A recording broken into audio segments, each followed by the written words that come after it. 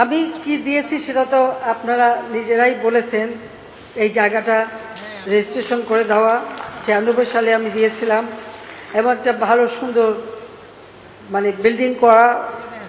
যদিও আমাদের ইঞ্জিনিয়ার সাহেবরাই বিল্ডিংটা করেছিলেন, তবে আমি এটা 3 দফা এটা ডিজাইনটা পরিবর্তন করাই। যা হোক, সেই সাথে এর আর্থিক সহায়তাটাও আমরা দিয়েছি।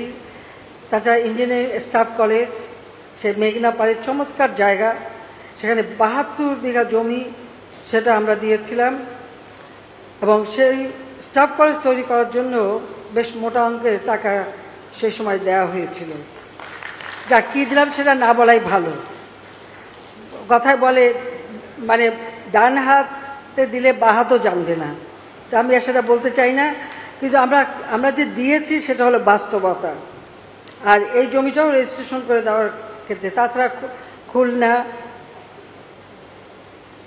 চট্টগ্রাম, দিনাজপুর, ফরিদপুর, ময়মনসিংহ, রাঙ্গাদিয়া, পূর্বাচল প্রতি জায়গায় জমি দেওয়া হয়েছে। আর কক্সবাজার, ফেনী, সেখানেও আমরা জমির ব্যবস্থা করেছি। তবে আমার একটা অনুরোধ থাকবে, কক্সবাজারে যেটা আপনারা করবেন এই উপকেন্দ্র, সেটা যেন খুব দৃষ্টিনন্দন হয়। কারণ কক্সবাজারটা আপনারা জানেন, আমি সেখানে একটা রেল স্টেশন করিয়েছি। আমি সেখানে এখন এয়ারপোর্ট হচ্ছে আন্তর্জাতিক মানের এয়ারপোর্ট। আমাদের সমুদ্রসীমা 80 মাইল দীর্ঘ বালুকাময় সমুদ্রসীমা পৃথিবীর আর কোথাও নাই, এত দীর্ঘ। তাকেও আমরা যথেষ্টভাবে কাজে লাগাতে চাই। কাজে সেখানে যেটাই হবে সেটাই জন্য এটা মাথায় রেখে হয় যে এটা একটা চমৎকার পর্যটন কেন্দ্র হিসেবে আমরা ধীরে ধীরে গড়ে তুলব, কিন্তু সেখানে প্রতিটি জিনিস যেন সেইভাবেই গড়ে তোলা হয়। আমাদের দেশের উন্নয়নে গতিশীলতা আসুক, সেটাই আমরা চাই। আর সেই লক্ষ্যে ইতিমধ্যে 7টি প্রকৌশল সংস্থার প্রধানকে গ্রেড 1 মর্যাদা প্রদান করেছি, যেটা আপনাদেরই